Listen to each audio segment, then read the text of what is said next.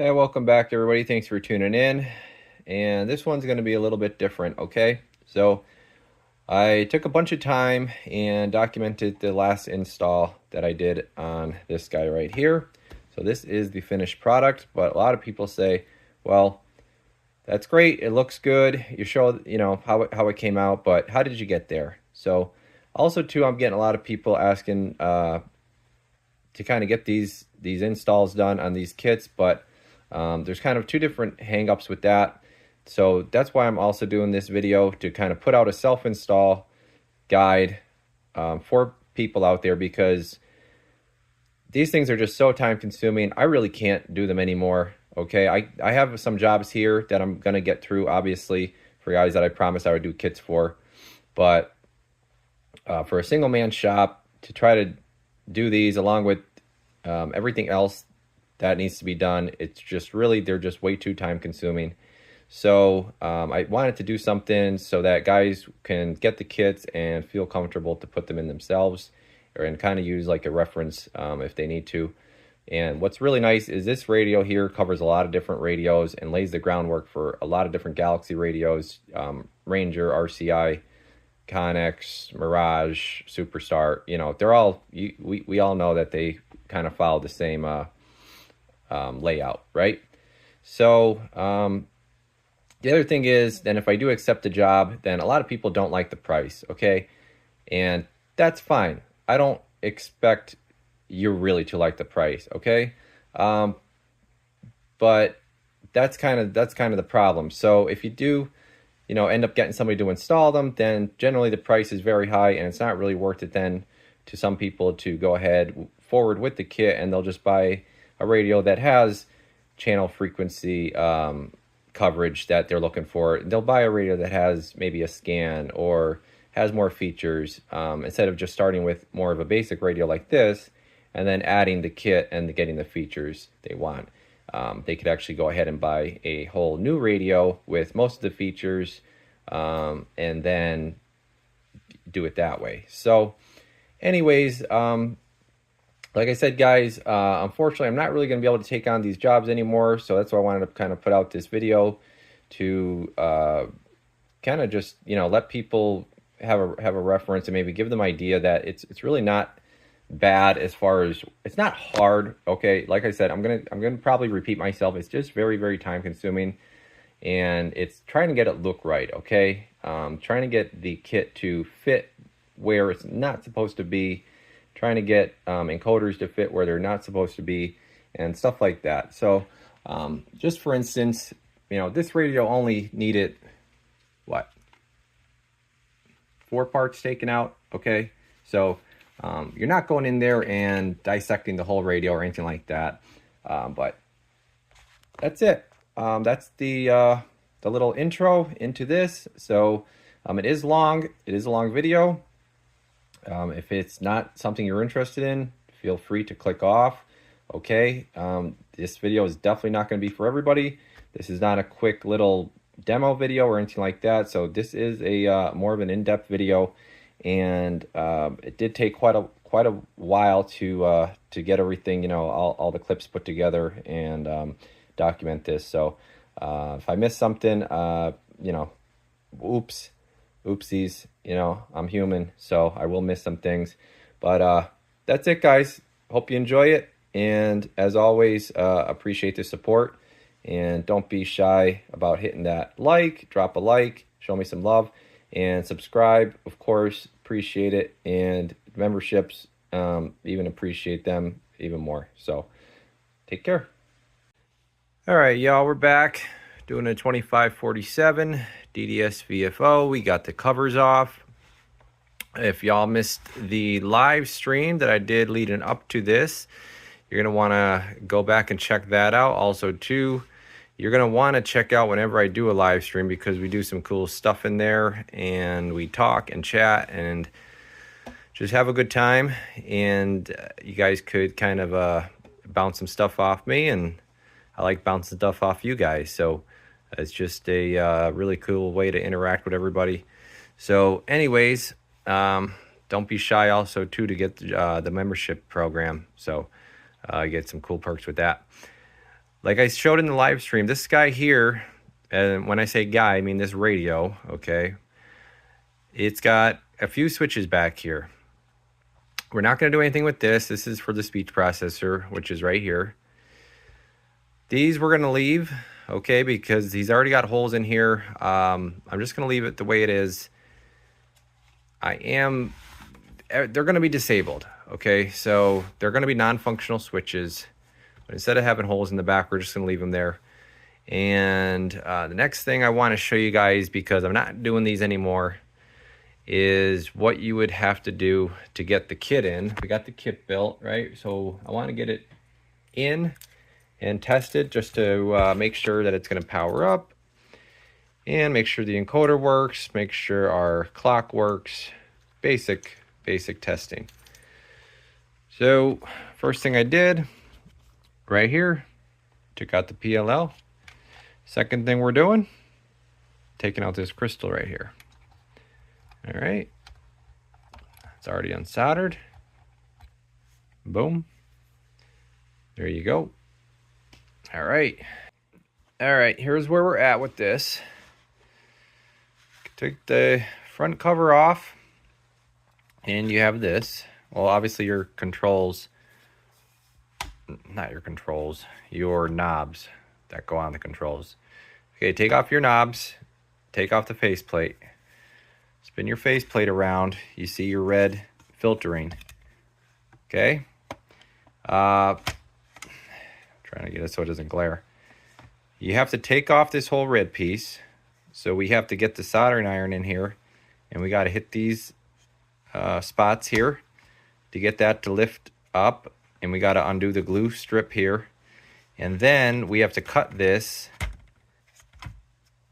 Trying to get it, like I said, trying to get it so it doesn't glare. We're going to cut it right about here, right after that frequency window. Can't go too far, even though we do have to enlarge this window because this is going to be painted black underneath this red. See, this job here, there's no really easy way to put it. This job here sucks. So this is why a lot of people end up sending radios in. They don't like doing this kind of stuff. And to be honest, I don't blame anybody one bit. So, all right, that's where we're at. Got the kit mounted, and we checked for power to our components. We're good. That's the refresh rate on the phone, so it's actually not scrolling. And don't have to worry about frequency right now. Nothing is hooked up as far as with the clock or what your offsets or anything like that. So it's absolutely, all we did was we put power and ground to the Arduino just to make sure we are getting a display. Our display works, and we could also check, so now we know our wiring is good with that, and we could also check to make sure our wiring is good for our encoder. Okay, so that now changes the channels, so we know our wiring is good there. And so the next thing we're going to do, so probably what you might want to do is grab a snack, something like that, a drink, and get ready for more fun work.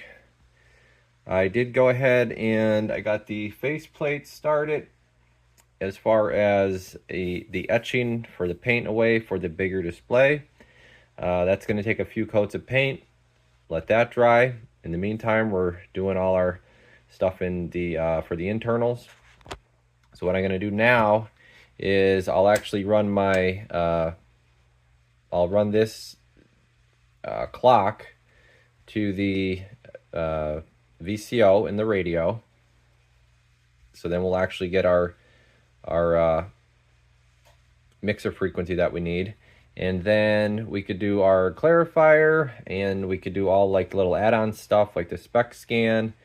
We could do the Roger beep. We'll do the what's the other one? Spectrum scan, Roger beep, and regular scan, channel scan. So we'll get all that in. Like right now, we have no VCO working, so this is just scrolling along and doing all kinds of weird stuff. Don't have to worry about that.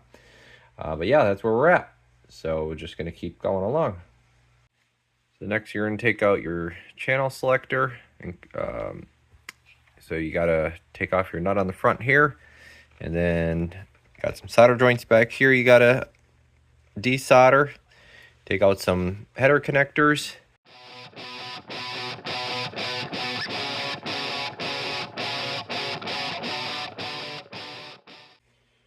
Next order of business that we went ahead and did was the echo board. Okay, I got that in. That's a UR6QW. Pretty self-explanatory again on these. There's no, I mean, these are very simple. You have your mic out over here. Now it's not labeled, but he'll give you a sheet when you get it, when you order it. This is a mic out. That's your mic in, negative, and your VCC coming in. So 4 wires. You have your delay here to set. You have your I forget which one is which. I think that's your gain, and then that's your output level there. So this will actually like turn the echo on and off. Right here is where I use this is the pot I go off of to do my on-off switch, because you could do an on-off switch on these. So he's actually gonna get an on-off switch. He's gonna get it put on the PA, which is right here. I have that partially set up. So if you're gonna do that, there's one set of header pins that come off the back of that switch. You got it's 3 wires. You got to tie 2 of them together. And then you also have to unplug a header connector right here, this single brown wire. Okay, if you don't disconnect that from over here, let me turn the light on. That goes, where was it? I think it was plugged in right here, yeah. So if you don't disconnect that, then your PA will still, the button will still function even if you disconnect the set of wires actually on the switch. So two steps for that. Okay, and then that totally disables the PA, and you could make that into a different function, whether you know it's echo or whatever it is. But just to run over this wiring again, guys, you only have sometimes I've heard of this also confusing folks, is your mode wires right here. You're only hooking up 2 mode wires, upper sideband and AM, no lower sideband. It's when it doesn't sense the voltage for AM or upper, then it defaults to lower. So that's how it knows for lower. And then everything else, like I said, it is labeled. It's very, very hard to see the silk screening on the board, but everything is labeled. And then you just get yourself like a legend or a key, and you just follow along, and you can get everything wired in. You know, right here, your main power in, your ground. We got the clarifier right here. We got that hooked in. That's, I mean, it's all self-explanatory stuff. 3 wires to the clarifier. Unhook the factory 3 wires. Hook in your DDS VFO 3 wires. The mic in, out. That's just off your PTT. So make a break in the PTT, however you want to do it, and and then the board ends up being in between. You're in and out. This was spectrum scan and spectrum scan and channel scan. One goes here, the other one goes there. Oh, I still gotta solder this one in. Okay, so well, that's actually, it's gonna go right here. I did not solder that one in yet. So like I said, we're still going through buttoning everything up. Your actual, where you get your frequencies from and everything like that. Your VCO tap is, I'll show you where that's at. Don't want to crush my display here. Now, like I said, this was all, disregard this wiring. This was from previous. Your VCO tap is right here, so you can document that. So what you do for this is, if you actually find where your can's at, your VCO can, which is, trying to look through the viewfinder here. Yeah, right here. See how you can see the with a can, the easiest way to find a can is to find those the two big ground points. So see, you have that ground point there. You have this, and then these three that run 1, 2, 3, and then we're tapped in off that pad. So that should get you guys hooked up. I mean, there's not really much else to. The rest is cosmetics. So at that point, I mean, you have a fully working system at this point. So I'll just show you guys. I forget if when I had this on last, if I had the frequencies straightened out at that point. Get that in there. Power on. I'll get this somewhere where it's not touching anything weird. That is fine right there. All right, we'll turn it on and watch our display. We have picking up some noise from the LED lights. So we do have channels and everything, right? It's worked 27205. If I move that, I'm gonna do this one hand. So there we go. We already knew that worked, but I went and set the frequency. Trying to get that to stop scrolling. But anyways, so if we come over here, I'll just put it on channel 20, 27205, right? We'll get it off the antenna. Turn the volume up. See, all my radios make that noise in the receiver because of the lights. All right. And I'll talk. Like we said, we're on 27205. 1, 2, 1, and we can hear the echoes working. 1, 2, 1, 1, 1, 1, 2. So, yeah, it's not too bad. It's just very, very time consuming. And we got the cosmetics done here, so that's ready to go in. So what I'm gonna do is, best way I do these is I get double-sided tape, and I will just get it kind of lined up on the window there with a small piece of tape, and then when I have it good, I'll double side the whole thing. And what's good with the double-sided tape too is it actually if you have like a little bit of gap in the window, so you don't get it perfect, the backing of that double-sided tape is like a gray, and it'll block out the light and suck up that gap, so it looks really good then, as far as your window display. So yeah, that'll be that. And then we got to do the encoder right here, which I'll probably cut back on the video for that. So let me get the display put in, and then it's really just the encoder. And then he wants a couple things done, non-DDS VFO related inside. So then I won't have to do that because I'm just trying to show the DDS stuff with this video. So let's go on to the next thing. All right, so we got the display in, front cover bezel is back on. Now, I got the encoder in. I forgot I had to undo the wiring on the board because it's got to actually go through the hole in the front and then come out and then go there. That was my mistake, so no big deal. I mean, it's 4 wires. You just unsolder them and resolder them back on. But you got your 3D printed piece here, okay? This is your adapter piece, adapter plate for the encoder. If you do order a kit, you have to make sure, if you know it's going in a 2547, put in the notes or whatever, let somebody know over there that you need this adapter piece, okay? It's just, it makes it so much easier. So get that with your kit. I think that's pretty much it. I just did want to touch on that. So then once the where's my, oh, right here. So yeah, so you do have to drill a hole in the bezel, and then that way you get a second hole, because this from the factory, it comes with 1 hole right here, and that had nothing to do with the channel selector. It just has to do with keeping this on.